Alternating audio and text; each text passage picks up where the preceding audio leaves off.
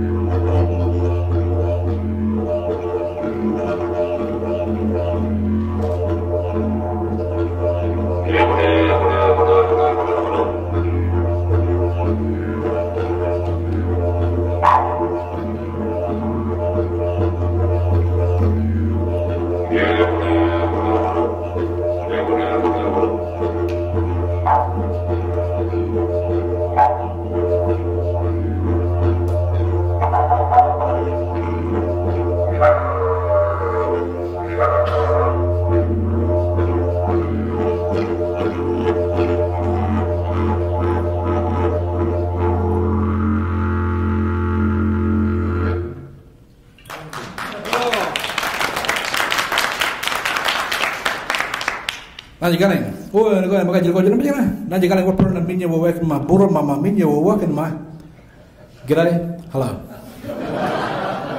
Well, my name's David, and my Aboriginal name is Dawar, and I come from Australia. It's a large country, but we only have 23 million people. So really, Australia and America are really the same size, except we only have 23 million people. And the larger populations live on the east coast. And before this was broken up into 7 states, this is what it used to look like with all the Aboriginal tribal boundaries. And where I come from the northeast coast, up on the Great Barrier Reef and the rainforest. Tropical country, very humid, and when you break it down, this is where I come from, Cairns. On my dad's side, I'm from the Uruman people. On my mother's side, I'm from Pukayalanji, very large traditional areas. And to get from my country to America, this is where it took me. There's Cairns, travelling all the way over the oceans and throughout the Pacifics to Salt Lake City. Now, to get from Cairns to Los Angeles, it takes 14 hours. And then I was there for about 2 hours waiting for the next flight to Salt Lake City. So I guess 17 hours later, I'm in Salt Lake City. Now, you may ask the question, what is this thing here? Well, it's a didgeridoo. A didgeridoo is one of the world's oldest wind instruments. And a didgeridoo is a tree that's been naturally eaten out by termites. That's why it's hollow. I've got to go into the bush. It doesn't have any reeds. It doesn't have any finger holes. So I go into the bush and I've got to select my tree. I chop into the tree and I find it's hollow already because the termites have eaten the inside out. They do all the labour. And then I'm revealing it there, it's very hollow. The next step I've got to do is to clean out all the inside because the termites leave all the waste. And then I push the tree over. One thing we don't do though is we don't cut the root out. We always leave this much in the ground so that tree grows again.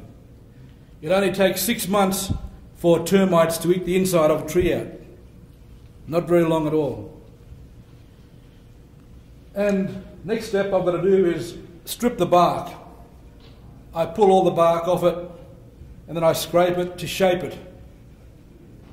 This tree here is what we call bloodwood. It's part of the eucalyptus family, but I've left the bark here to show folks like yourself what it used to look like. So you can see I've taken a lot of the bark off to make it look like this. Now, the longer the didgeridoo, the higher the pitch. The longer the didgeridoo, the deeper the pitch. Once I start cutting my didgeridoo, then I can cut my tree to my pitch. This didgeridoo here is in the key of F. This didgeridoo is in the key of D.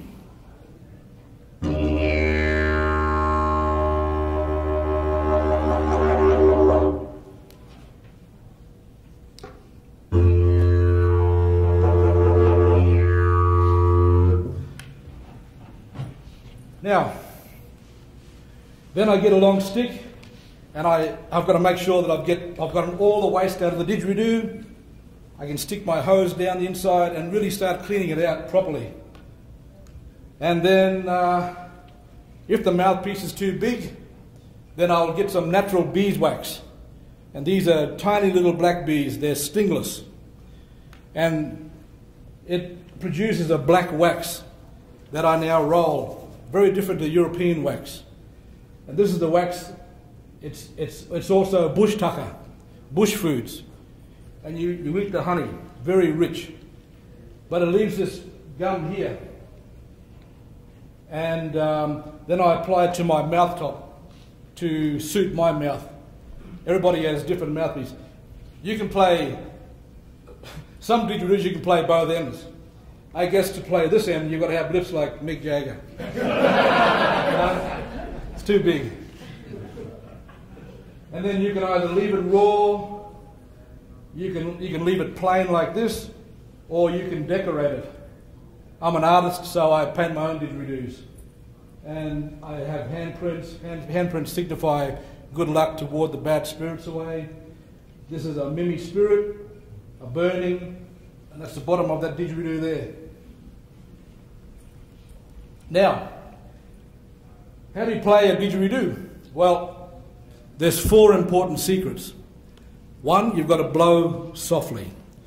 You don't blow it like a trumpet. If you blow it like a trumpet, it's going to sound like this.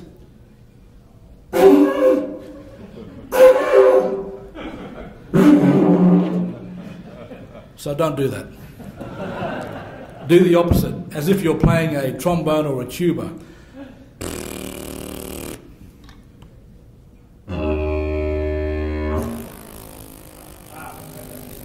Softly. The second thing you have to do is learn to flick your tongue.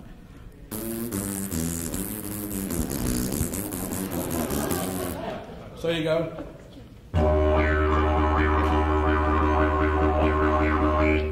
And by flicking my tongue means I can do some imitation. So if you close your eyes and you imagine a large kangaroo hopping down the road, this is a kangaroo.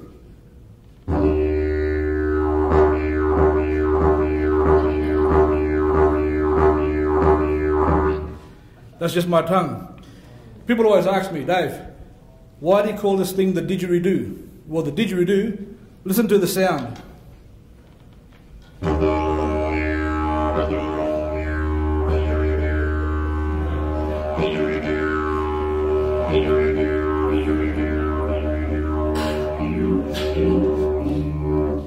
The third thing you have to do is learn to use your voice box.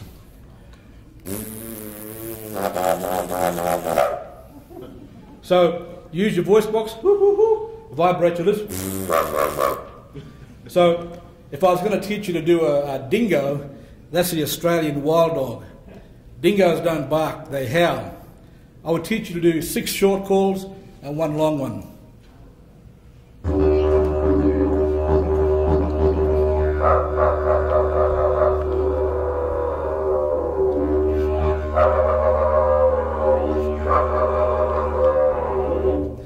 And the last thing, and this is going to freak you out, because to play a didgeridoo, you've got to blow down the didgeridoo and suck air through your nose at the same time. They always say that I'm full of wind. But check this out.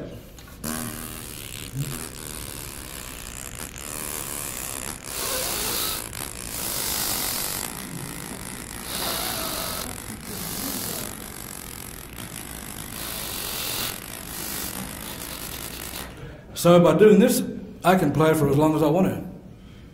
So I'll show you.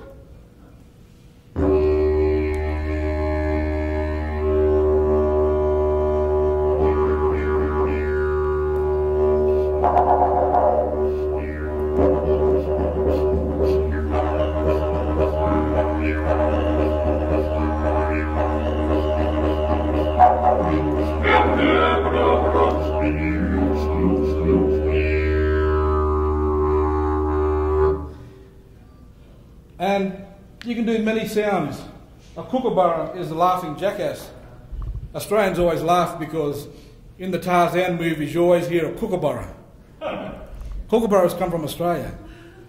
You may recognise this sound.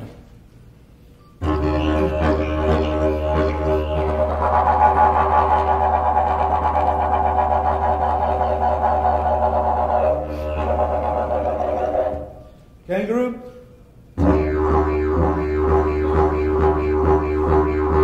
A little tiny one. And a dingo.